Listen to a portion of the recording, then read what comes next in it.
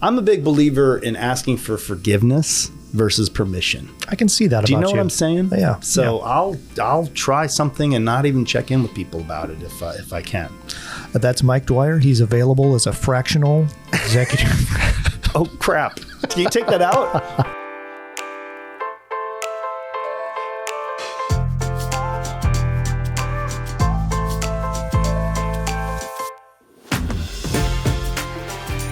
We are at the Livecast Chicago studio, and this is a video podcast of Epic Culture. And Epic Culture exists to inspire employer brand professionals and champions of culture, because we believe that purpose-driven people in influential companies can make a serious impact in the world. And by telling their story, so can we. And so one of those people is with me today, and his name is Mike Dwyer.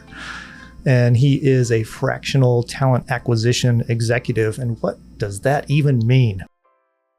Fractional Talent Acquisition Executive.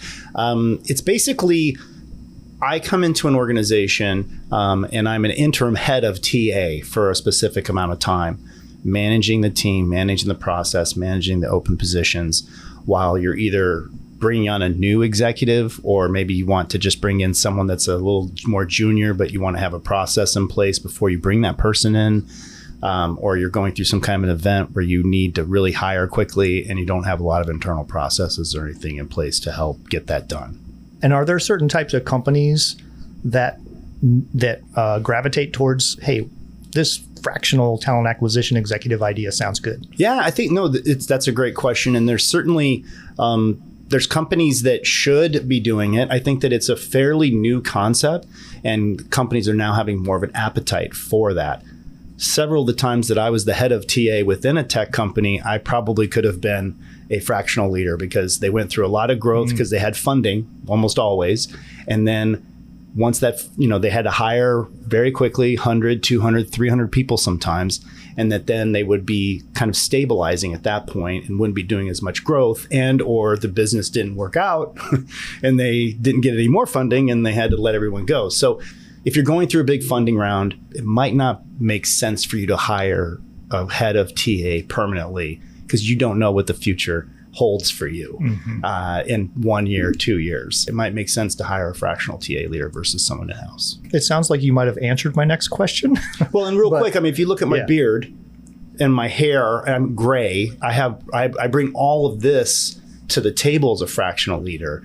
But you don't have to pay me what I would be charging if I was a salaried employee, right? So you get all that expertise, my ability to see around corners without having to hire me permanently. Yeah, that is a lot of wisdom There's are rocking. There's a lot of wisdom in this Gandalf. No doubt. And that gray hair is expensive, right? It is. I know. It's very expensive, but not as expensive as a permanent employee.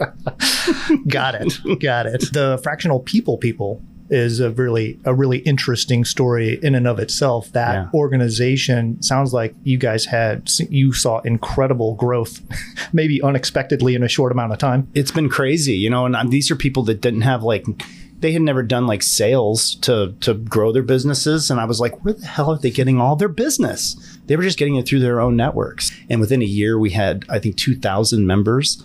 And these were HR and talent acquisition executives that had been in-house within companies, a lot of tech companies, and had decided to move outside and do it from, as a fractional leader versus permanent. Yeah. And it sounds like, first of all, I've met a few people from that community, and y'all are great. So thank you. And I think it'd be cool to maybe just quickly present to, anybody who might be interested, where can they go to learn more about Fractional People? We do have a website, fractionalpeoplepeople.com. Elles Skony is the founder of it, and she is not only a CHRO, but also just an amazing community manager. She manages this community and adds a lot of value in there. And it's a safe place for people that are fractionally curious or are already fractional to help support each other. We have a viewpoint that some people are like, well, you're competing against each other, aren't you? And we see it more as high tide rises all ships, right? So if we're helping each other, we're bringing positive energy in, and we're ultimately going to help grow each other's businesses versus take each other's business. There's a lot of business out there. Awesome.